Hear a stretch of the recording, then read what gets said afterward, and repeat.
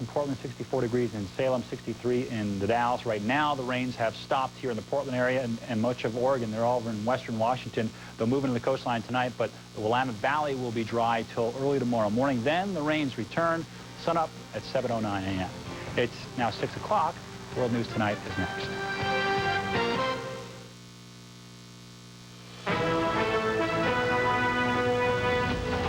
On World News Tonight, the Taliban in full retreat. Are some of them trying to strike a deal and turn over Osama bin Laden? Back to Bamiyan, the scars of religious oppression on people and monuments. American Flight 587, why did the plane's tail fin come off? Did turbulence from another jet play a role? We'll take a closer look tonight at the black market for nuclear weapons, how Osama bin Laden tried to get his hands on one, and continuity in a world of change. The light bulb that has been burning for more than a century. From ABC News, this is World News Tonight with Peter Jennings, reporting from San Francisco. Good evening from California. It has been hard to get away from New York City since the 11th of September, but finally we have a few days on the road. California, Colorado, and Texas to hear in person about life and issues from other perspectives. Here in San Francisco, terrorism, the war in Afghanistan, and the economy, not always in that order, come up in conversation immediately. It has been another extraordinary day in Afghanistan. The Taliban has abandoned more territory. Life has changed quite dramatically for many thousands of Afghans. And there are even some strong indications tonight that some of the Taliban want to make a deal for Osama bin Laden. And so we're going to start with all that information at the Pentagon. Here's ABC's John McCarthy. John? Tonight, Peter, late word on those 8 Western aid workers, 2 were American, who had been held captive by the Taliban since August. U.S. officials say they are free tonight, flown to freedom to Pakistan aboard 3 U.S. Special Operations helicopters. Officials say for reasons that are still unclear, the Taliban let them go. Also tonight, there are reports that some Taliban officials are trying to cut deals to turn in Osama bin Laden. It may be a sign of desperation as the Taliban continues losing territory. Sources tell ABC News some Taliban officials are coming forward trying to collect long-standing offers of reward. Others are looking for favorable treatment for their troops trapped in various parts of the country. Sources say American officials are directly involved in these conversations, which they admit may end up amounting to nothing.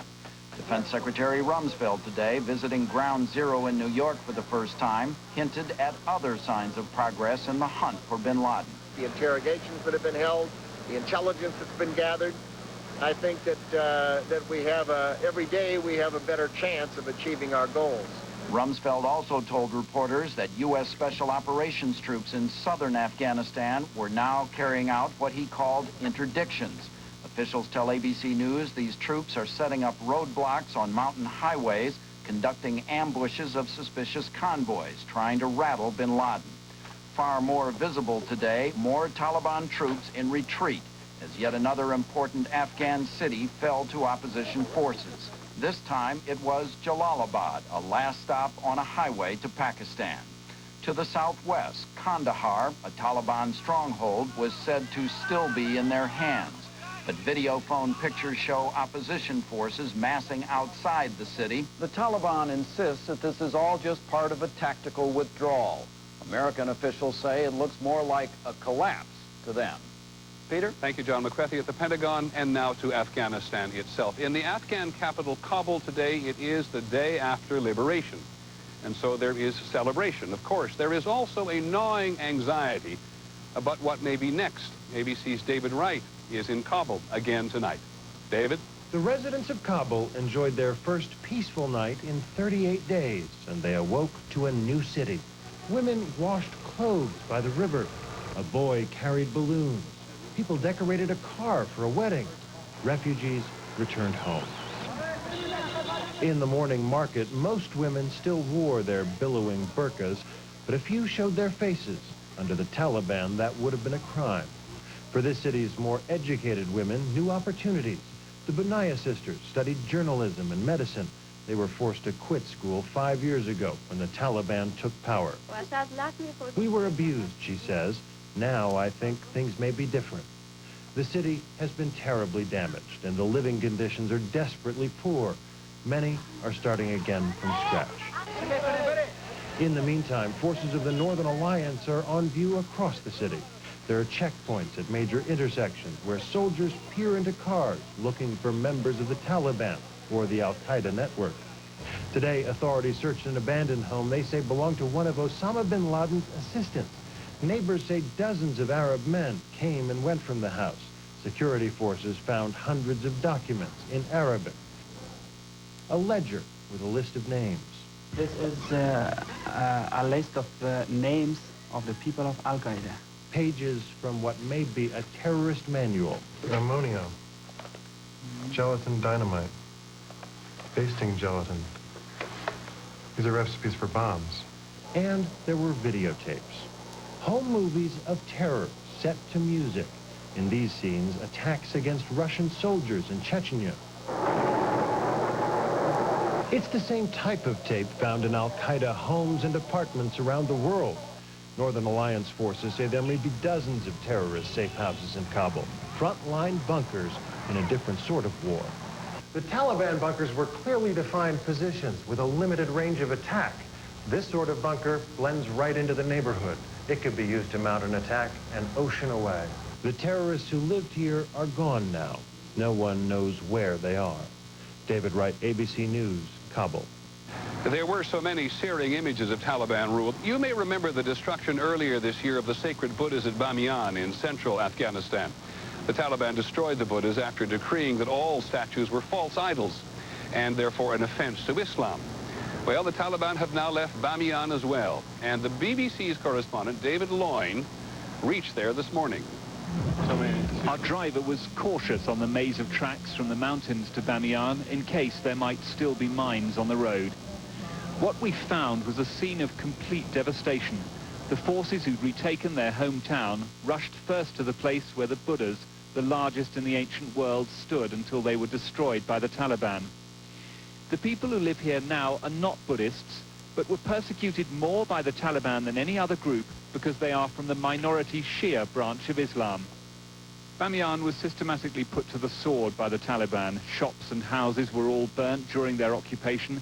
Hundreds of men were taken out and shot in Bosnian-style ethnic cleansing. Ahmed says it was terrible when they were here. They burnt houses and killed people. After the gun battle which drove out the Taliban, Bamiyan is now strangely silent. The Taliban took out its heart. This gaping hole in the wall of the Hindu Kush is the enduring legacy of the Taliban, whose desire to build a world in their own image led them to destroy images revered by others, as well as ending the lives of thousands of people. We found evidence of Taliban atrocities across the Hazara region. This is the town of Yakovlang, which the Taliban took and burnt earlier this year. And then, high in the mountain wastes, we found the people of Bamiyan beginning to make their way home from their exile above the snow line. David Loyne, BBC News, in the Hindu Kush. The Taliban's retreat has opened up at least one aid corridor into northern Afghanistan. Today, the United Nations sent its first barge carrying food and winter clothing across the Amu Darya River, which separates Afghanistan from Uzbekistan. The United Nations says there are about 3 million people in that region alone who are in need of aid. And now to the other major story of the day. In New York City today, investigators removed the engines from the wreckage of American Airlines Flight 587. The plane's damaged flight recorder went to Sarasota today, where its manufacturer will try to decipher the information on it. There is still a widespread belief that this crash was an accident. Here's ABC's Lisa Stark. Peter, everything is pointing to a mechanical or structural problem in the tail of this airplane. And tonight, American Airlines announced it will begin inspecting the tail sections of its remaining Airbus A300s. Investigators today pulled more pieces of charred airplane out of the piles of wreckage and burned homes as they try to reconstruct what went wrong. The nose of the aircraft, the forward section of the aircraft came down in this manner in this area. The key part they are focusing on is this, the tail cone of the airplane, and the brackets where the vertical portion of the tail or the fin attaches to the fuselage. The tail fin was the part found closest to Kennedy Airport, pulled out of Jamaica Bay. It now seems likely this was the first part of the aircraft to rip off, sending the plane into a spiraling dive, the forces shearing off both engines. The fin of the Airbus A300 is fastened to the fuselage at 6 points. That's where it appears to have broken off. All of the metal bolts that hold the pieces together have been found. 7 years ago, this very plane encountered severe air turbulence. 47 passengers were hurt. Investigators now want to know if the tail structure was weakened in any way by that incident. It's entirely possible that the encounter with the clear air turbulence created damage in the tail surface that weakened the tail surface and set up the circumstances under which this catastrophic accident could have occurred. Investigators now say Flight 587, which shuttered twice before plunging to the ground, did pass through the wake turbulence of a Japan Airlines 747 that took off just before it. We do not know whether this really contributed in any way to the actual accident, but we are looking at this very closely. Investigators say there was less than 2 minutes between the takeoffs of the two jets, but the wake turbulence alone from another plane should not have caused the breakup of American Airlines Flight 587. Peter? Thank you, Lisa Stark. When we come back, Elizabeth Vargas will have some of the day's other news from New York City. The troubling security lapses at airports continues. Screeners asleep at the X-ray. We'll take a closer look tonight at the black market in nuclear weapons. How close have terrorists come to getting what they want? And in California, 100 years and still burning. That is reliability. This is World News Tonight with Peter Jennings. Brought to you by Total Cereal.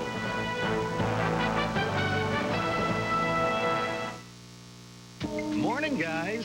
Hi. Hey, morning. Like to see how your cereals stack up the total? Go ahead. To get the iron in 1 bowl of total, you'll have to eat 2 bowls of cornflakes. For folic acid, try 4 bowls. That's a really big spoon. Want zinc? 10 bowls for you. What's so funny? Nothing. Nice bowl. Total has 100% of 11 vitamins and minerals in just 1 bowl. We'll take the total, sir. Give Junior the check. What? Total. 1 bowl, 100%. Look for savings on Total in Sunday's paper.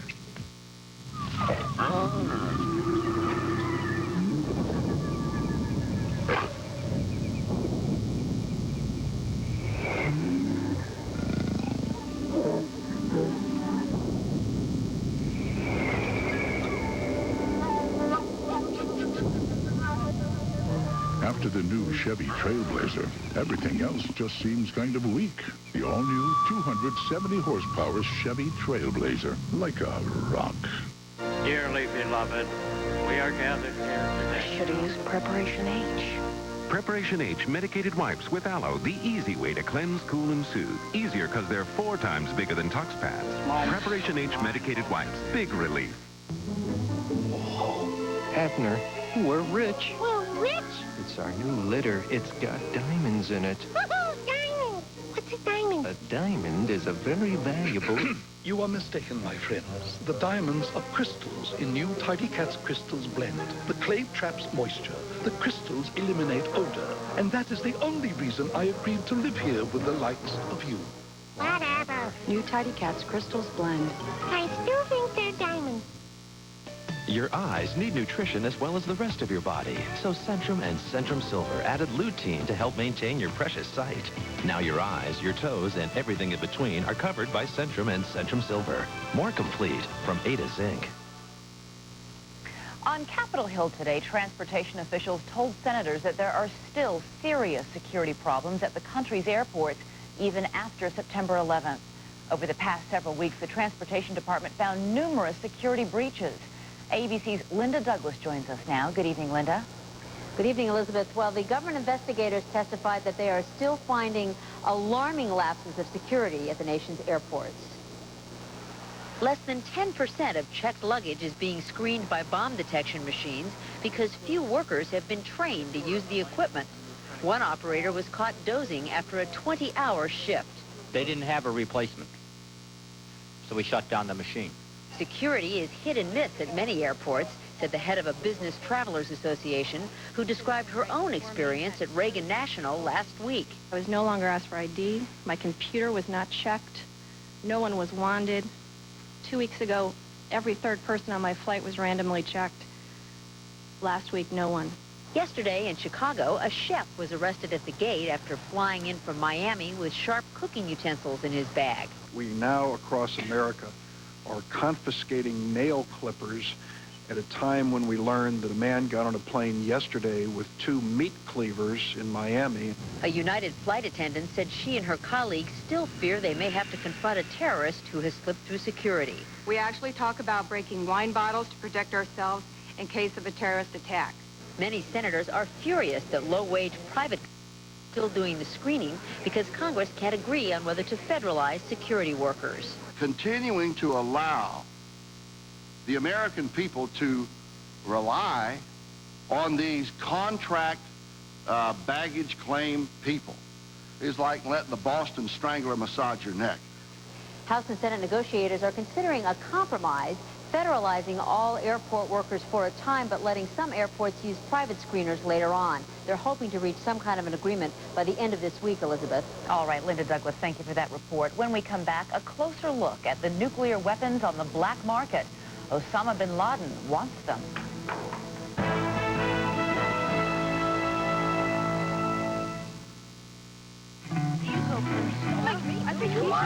Being first is never easy.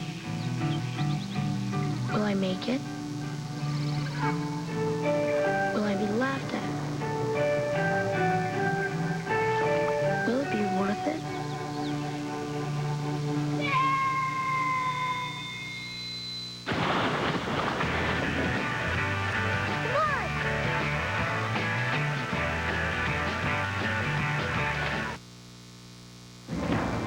I'm every man. And every woman who ever suffered from frequent, persistent heartburn. If you've treated your heartburn and changed your diet, but it comes back 2 or more days a week, then you may know about the burning pain of acid reflux disease. But there's something about acid reflux that I didn't know. Over time, that acid churning up can wear away the lining of your esophagus. I didn't know. I didn't know. I didn't. But today, there's a purple pill called Nexium. It's from the makers of Prilosec. Just 1 prescription Nexium a day gives many people complete resolution of heartburn symptoms. That could mean complete heartburn relief. And importantly, Nexium is also proven to heal erosions in the esophagus caused by acid reflux. Only a doctor can determine if you have this damage. Other serious stomach conditions may still exist. The most common side effects of Nexium and Prilosec are headache, diarrhea, and abdominal pain. So talk to your doctor and call this number for more information and for a free trial certificate for Nexium. Relieve the heartburn, heal the damage. It's possible with today's purple pill called Nexium. How precise can changing a hearing aid battery get? Oh, this precise. Introducing the Energizer Easy Change, the world's first hearing aid battery dispenser. Simply turn the dial, then slide the battery out to activate. The magnetic arm holds the battery securely for precise placement every time, no matter what hearing aid style or battery size you use. The Energizer Easy Change. It changes batteries precisely. That's 400 years of grime. As an art restorer, I do know a thing or two about stains. That's why I tried new Crest White Strips. It's the thin little strips with the same whitening ingredient dentists use. 30 minutes twice a day. Crest White Strips get at stains below the enamel to whiten teeth 10 times better than the leading whitening toothpaste in just 2 weeks. And it lasts at least 6 months. With Crest White Strips, I want to show everyone this work of art. New Crest White Strips. Reveal your wider smile. Tomorrow, he led New York's finest through their finest hours. But what was it like for the man at the center of it all? NYPD Commissioner Carrick. Personal revelations on Good Morning America.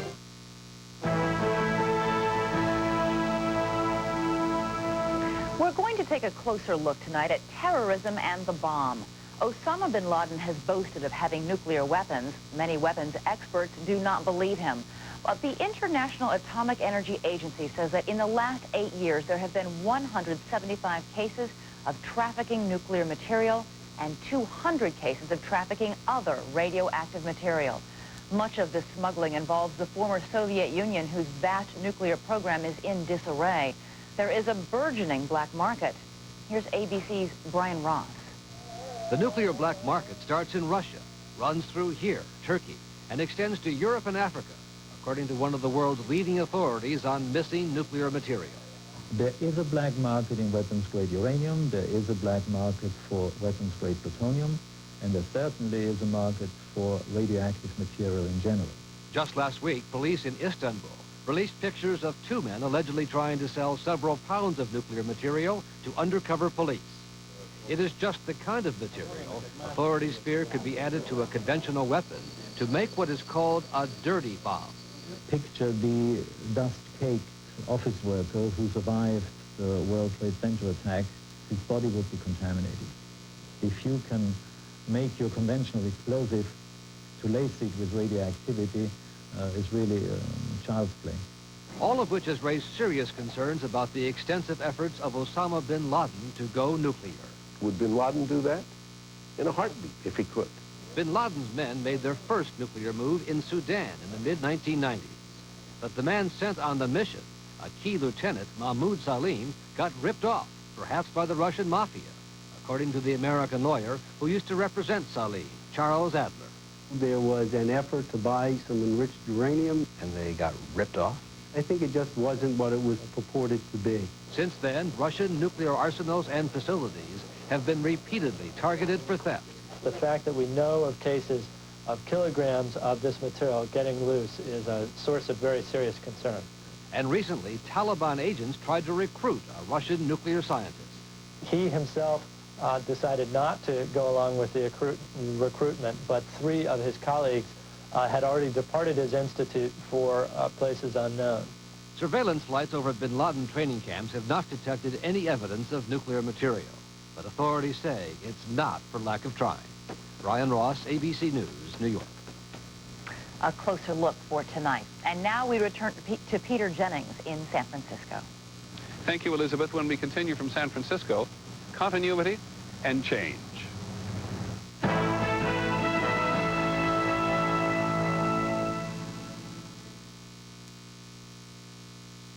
Mom, how many Tums did you take right in front of the wedding planner? You snuck one, too. It was a Pepsid Complete. Is that the same as Pepsid AC? No, there's nothing else like Pepsid Complete. It works fast like Tums, but it lasts for hours like Pepsid AC. So your heartburn goes away and then stays away. Chewable? Calcium? I gotta try this. Decision? Tony, fabulous. Pepsid Complete. Just one, and heartburn's done. Have you tried the anchovy cookies? Oh, yeah. And the jalapeno dip? How can you provide for the future of the people who depend on you? With the power of Pacific Life. For over 130 years, Pacific Life has improved the lives of millions with investments, annuities, and insurance. Because careful planning today can help them reach their dreams tomorrow. Discover the power of Pacific Life. Over the years, I've learned that when something works, you stick with it. There you go. After bypass surgery a few years ago, I needed to lower my cholesterol. My doctor told me about Zocor. He said Zocor, along with a healthy diet and exercise, could really lower my cholesterol. Okay, let's do it again. Taking Zocor every day has kept my cholesterol where it should be and significantly reduces the risk of heart attack among people with high cholesterol and heart disease. That's something to feel good about. Zocor is a prescription medication and is not for everyone, including women who are nursing, pregnant, or may become pregnant, or people with liver problems. Your doctor may do blood tests to check for liver problems because serious side effects can result. Tell your doctor about any muscle pain or weakness you experience and about any medicines you are taking. Good job! When diet and exercise aren't enough, ask your doctor about Zocor. Take care of yourself. It's your future. Be there. Okay, the coast is clear. Good. Listen, Teddy, everyone's excited about the new Windows XP, right? Yeah. Well, now we get them really fired up. We take XP, we load it onto our 300S. We add a free CD burner, include a flat screen, and we sell it all for $9.99. $9.99 with a flat screen? Exactamundo.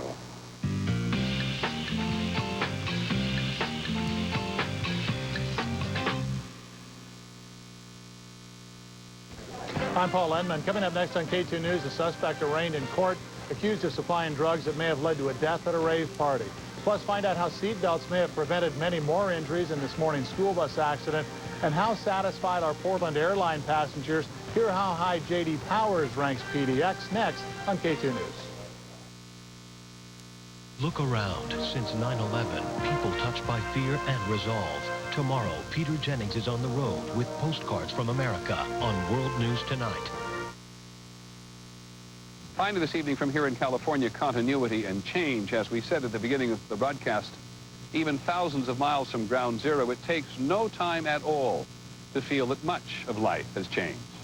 Here in San Francisco, I would say that there's been some heightened sense of security, certainly on the public transportation system. We had the bridge threats, and that affected everyone here. The terrorist threats against California suspension bridges were not realized at the time of the warnings, and the few people we have talked to already say it is the economy today that worries them most. There's just a lot of my friends are losing their jobs. You know, before it was the .com, you know, but every other industry is losing jobs. Every day I hear the people, friends calling and saying that they are getting laid off, and even I got laid off today. Tomorrow we'll listen to others. There was just one more item here, actually about 40 miles from here, which caught our attention today. It's a story of a simple light bulb, and it says a lot about continuity. ABC's Brian Rooney reports tonight from Livermore, California. This little light burns all day and all night. It burns on its own internet site. It has lit the firehouse since the pumper was pulled by a horse. Just gave enough light for the volunteer firefighters when they responded to the fire bell to come in, light their kerosene lanterns, get their equipment, and then go to the fire. That was 1901, when no one could expect the bulb would shine for a century. The Livermore bulb has been turned off only twice when it was moved to new station houses. It has burned for 880,000 hours. The 4-watt bulb with Hurley carbon filament was made by the Shelby Electric Company in Ohio. Look at it from below, and it seems to say it's on. Gary Drummond is an amateur local historian. It's been one of those things in the community that's sort of a given. Oh, yeah, we've got a light bulb that's been burning for a long time down at the fire station. This is the oldest burning bulb ever. School children visit the light bulb. Neither they, their parents, or grandparents were born when this light was first turned on. A visitor's book is filled with signatures from places like Japan and Ukraine. Today, the bulb hangs high out of the way, but it was not always treated with reverence. Fire Chief Gary Stewart says he comes to work every day hoping the bulb still works. People would throw a Nerf ball or a Frisbee. It would occasionally swing on its cord.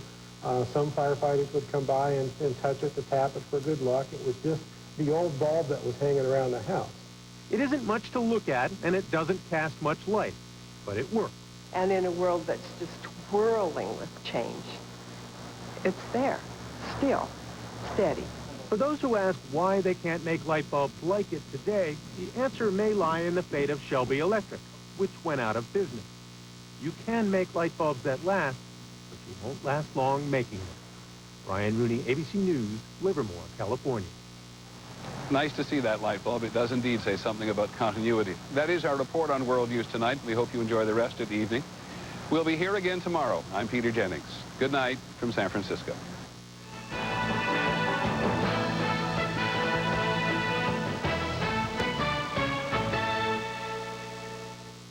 Tonight, what caused Drew Carey to nearly collapse in his dressing room, to be rushed straight from the set?